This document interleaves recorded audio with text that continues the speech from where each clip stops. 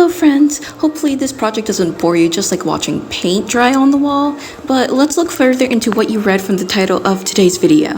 Pokemon, short for Pocket Monsters, has been a very famous IP for Nintendo since its release in 1996. You can find Pokemon anywhere: cards, games, books, clothing, furniture, fanfiction, and whatever that is. Even then, all of it is important, but we're not going over everything. We're going to be exploring the most important parts of the Pokemon world itself through a sociological lens.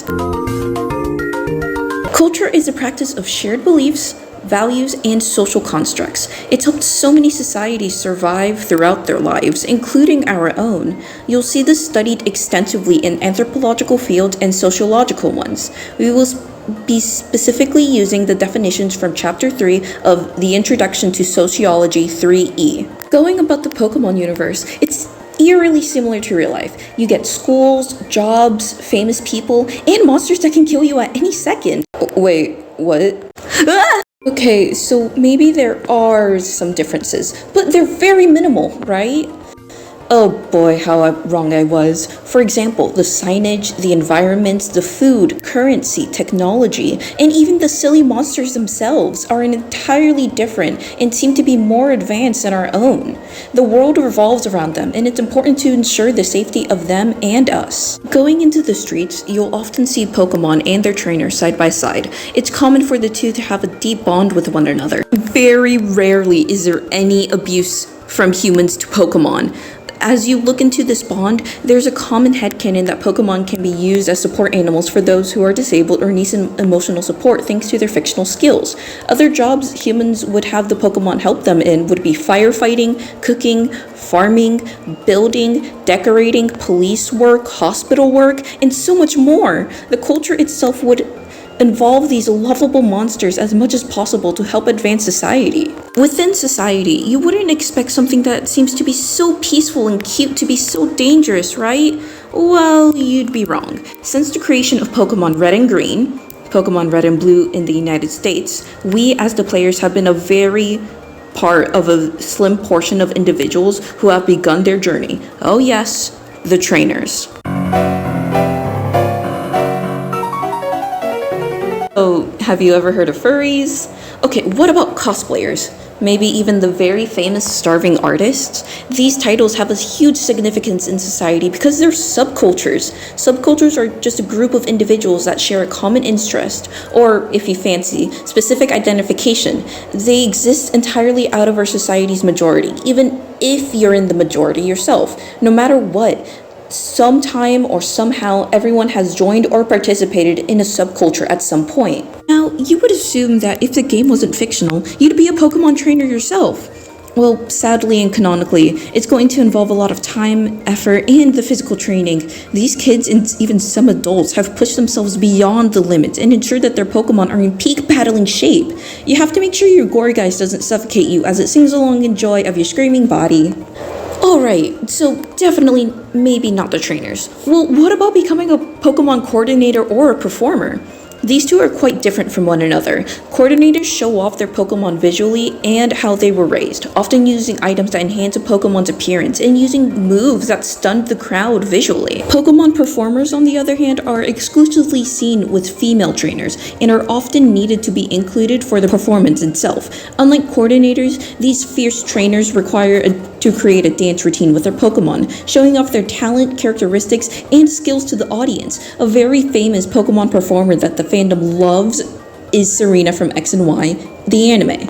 Okay, so maybe not a fan. Well, what about the professors? They're a really important aspect of any trainer inside of the games and the anime. They're a catalyst for the kids to start their Pokemon journey into becoming a Pokemon master.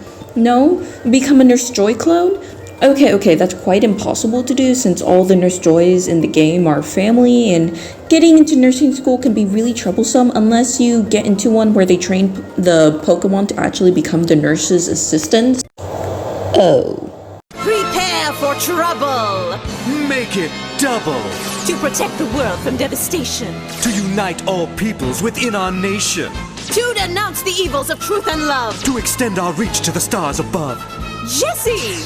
James. Team Rocket, blast off at the speed of light! Surrender now or prepare to fight. That's right.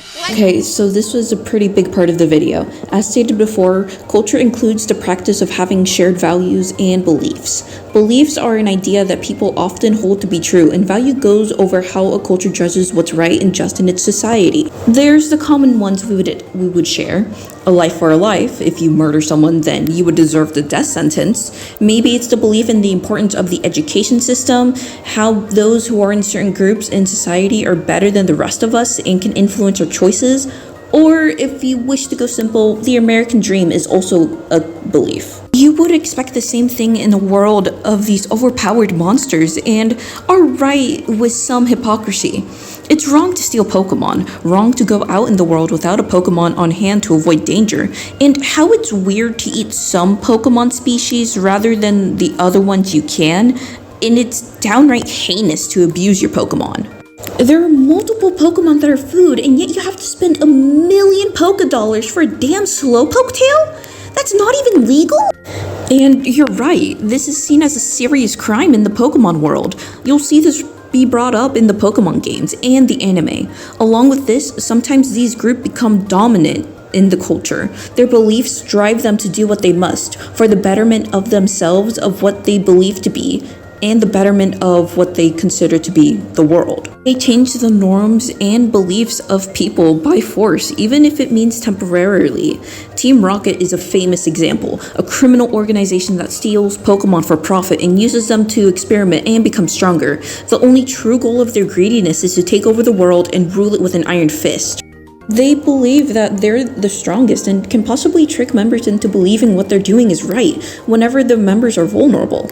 We have a clear and easy sociological perspective, and we can use the conflict theory, created by Karl Marx, which I know who is a communist, but we're not going into that. This perspective believes that society is a power dynamic, constantly being fought amongst one another for the resources that may or may not exist. Team Rocket recruits so many people, whether by force, the promise of work or luxury, or they're just down on their luck. Some don't even have a choice. This organization is better than being homeless in a world filled with Pokemon that can kill you just because you wanted a hug. Okay, so why does any of this matter? Well, there's so many franchises that have a rich identity thanks to the dedication of the team's ideas and passions. You can easily do this with anything in the world. Soap operas, board games, fan fictions, even those weird YouTube slop videos. That's technically cultural, even if everyone hates it. Looking into these fictional worlds can help practice on how to do it for our own societies in real life. They can even inspire us to create our own. No matter your skill or talent, everyone has the creativity behind them. Sometimes they just need to open up their eyes and look at things in a different lens. A sociological lens.